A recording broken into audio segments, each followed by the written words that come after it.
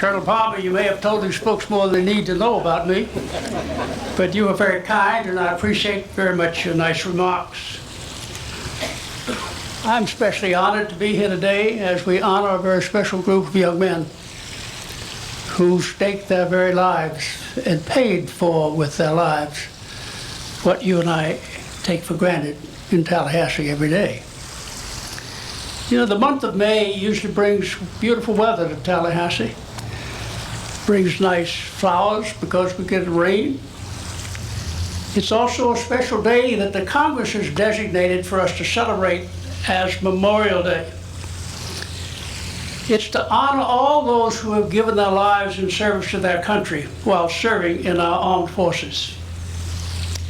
Would you believe that last year, the World War II Museum in Washington took a poll and they found that 80% of Americans didn't really understand what Memorial Day is all about. Does that strike you as strange? Does me. The fact is, though, I recognize they might make confusion if they don't have a member in the military, because there are three really special days about our armed forces. The first is Armed Forces Day. Now that's the day when we celebrate and salute all those who are currently serving now in the U.S., overseas, wherever. That's what they celebrate, we celebrate on that day. There's Veterans Day. In Veterans Day, we celebrate all those who have served all the way back to our freedom in 1775. And then that becomes Memorial Day. Now, it has a unique attribute of being the time that we salute, we honor, we praise those who have given their lives in service to their country. It's a day, too, in which we thank their families for their contributions to their service and for the good of our nation. Now, the fact is that just the other day, I saw a cartoon that struck me. It said that Thanksgiving is a day we pause to give thanks for the things we have. Memorial Day is the day we pause to give thanks for the people who brought us this opportunity. A cartoon can deliver a powerful message, and I think that's one. As I grew up, a young man, mostly in the state of Virginia, until I joined the Corps, I attended funerals of my friends and families, and I always found it extremely difficult to accept what the ministers kept saying is, we're here to celebrate the life. I didn't understand that. I thought I was there to mourn, and I was. And it was not until I lost my wife of 63 years of marriage a few years ago that I recognized I was there to celebrate the fact that I had her as long as I did, that she was a great mother and a great housewife and a great citizen for all those years. And there was indeed something to celebrate, but it took me a long time to accept that. So today, I know that you mourn, but let's also remember that we're celebrating the lives of some very great young Americans. I have to tell you why Memorial Day is a very special day to me. As Colonel Palmer pointed out, I'm a veteran of 3 wars. World War II, Korea, Vietnam. And it was my unhappy, sad, but remembering experience that I held a number of young Marines in my arms as they died on the battlefield, their insides ripped out by artillery shell fragments, by machine gun fire, by sniper fire, whatever, and their insides spilling out. And they were looking at me as I held them in the arms. They looked through my eyes, not in them, through them, and said, "Captain, help me, help me." And I said, "I'm helping you all I can," but I couldn't. They were beyond help. Nobody could help them. In those cases, I simply said to God, "Please take them home quickly and spare them more pain." And in most cases, He did just that. But I can tell you, as I think back about those young men, And I can almost see every one of them. And I remember very vividly one of the young men who was dying in my arms, his father was on a Navy ship lying offshore in Iwo Jima, providing gunfire support to those of us ashore. And I thought about the fact that just hours from now, somebody's going to have to go aboard that ship and tell that father that his son has just died on Iwo Jima. That struck me hard because back home I had a son waiting for me to come home from World War II. I said to myself, suppose, just suppose that somebody had to come to me today and tell me I just lost a son on Iwo Jima. How would I feel? Would I hurt? You bet I would. I knew he was going to be hurt, and my sympathy went out to him. Sometimes I tend to get a little emotional when talking about my Marines. I don't apologize for that. I've cried before audience. I may cry again. But generals cry. I did. And I cried because of my love for those that I just lost. And my admiration for those young men who are giving their all, without question, to support their country. Well, the young man that we honor here today confirmed what I learned a long time ago. Old men declare war. Young men have to fight them. Today, it's young men and young women who fight them, but the idea is still there. Old men declare war, but it's the young men and women who have to fight them. Well, I can't talk about Memorial Day and service-connected deaths without telling you the story that I've told many times. I'm going to tell you again very briefly the story of Boots Thomas.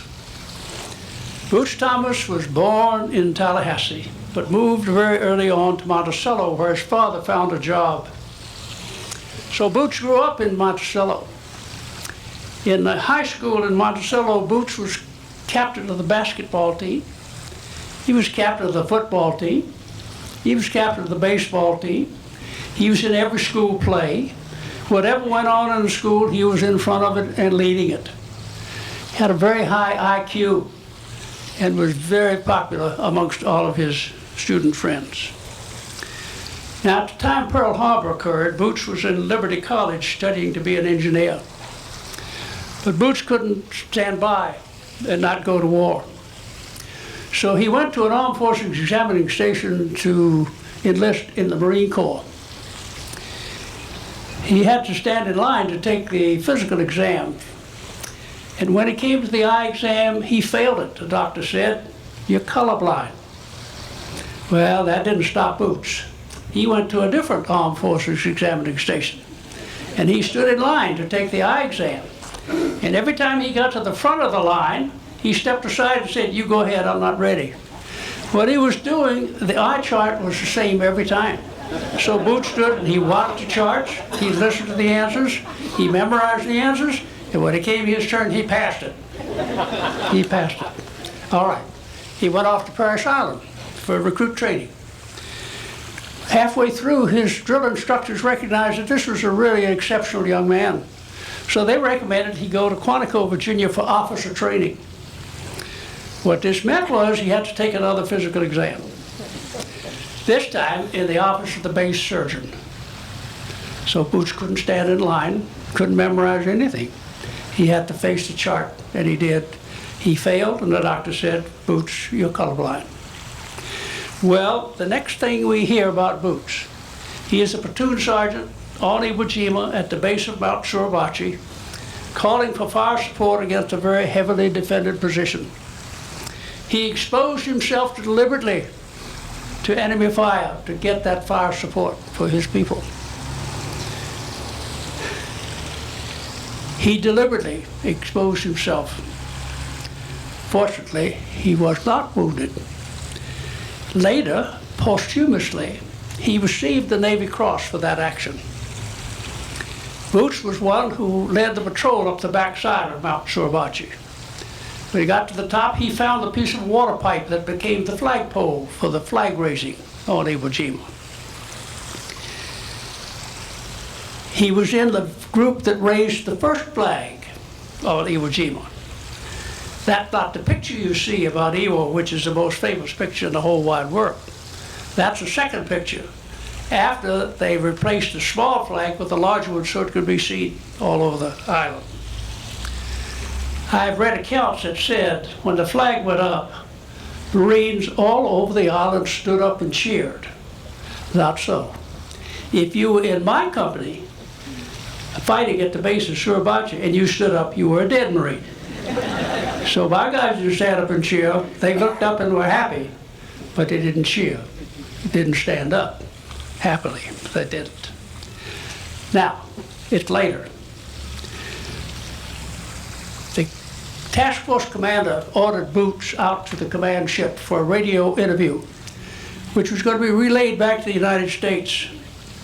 He wanted the people at home to get some good news about Iwo Jima, because the sad news of 2,000 casualties on the first day was bad news.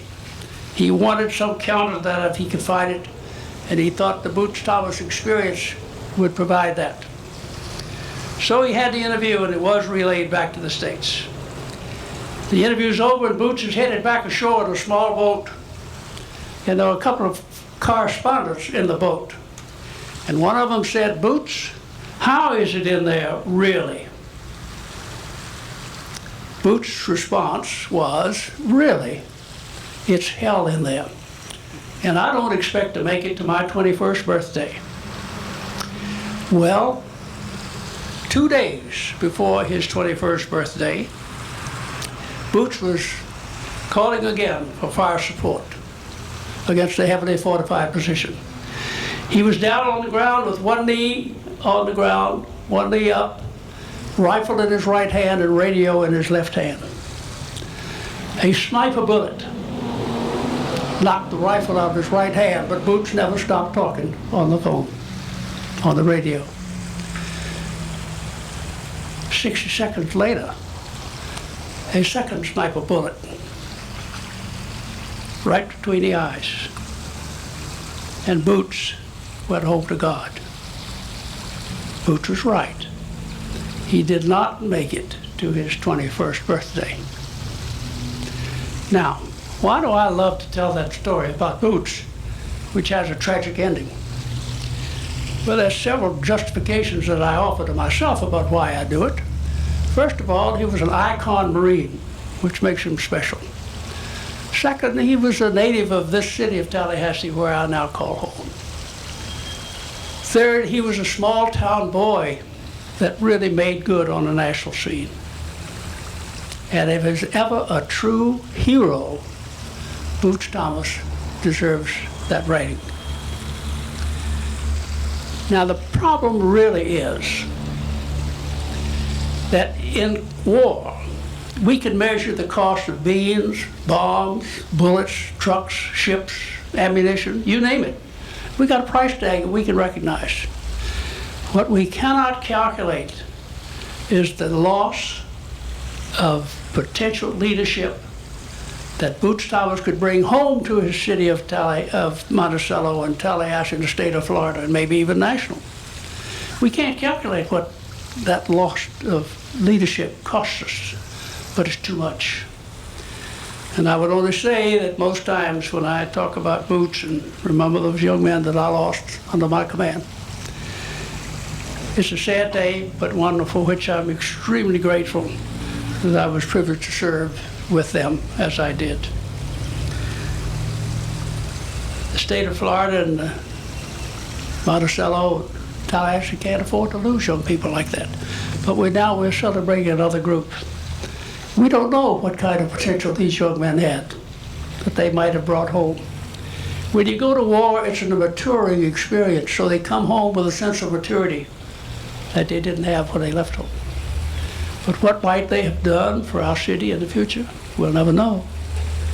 But we can assume that they would have been a tremendous addition to our community when they returned home. World War I was said to be the war that ends all wars. Didn't work out so good, did it? I sometimes feel like I ought to apologize to my generation, because I don't think we've done a good job of keeping us out of wars. But thanks to my generation, and the young men and women who have served since my generation, are still serving with all the valor, the courage, the patriotism, the bravery that my generation did in their forebears before us. We still lead the world in freedom. We're still helping other nations. And our young men go overseas to lands they don't know and people they don't know, but they go to fight for their liberty, just as they fought for ours when we got started. So, we are grateful today as we memorialize these young men and say to the families, we can never compensate for your loss. We can only remember them with honor and thank you for what you did to contribute to their lives. At this time, on this memorial event, we again pay honor to a group of young men and women who will always have a special place in our hearts. And we ask God to continuing comfort to the family members who still suffer from their loss. My prayer to God is that He will continue to bless America, our home sweet home. Thank you.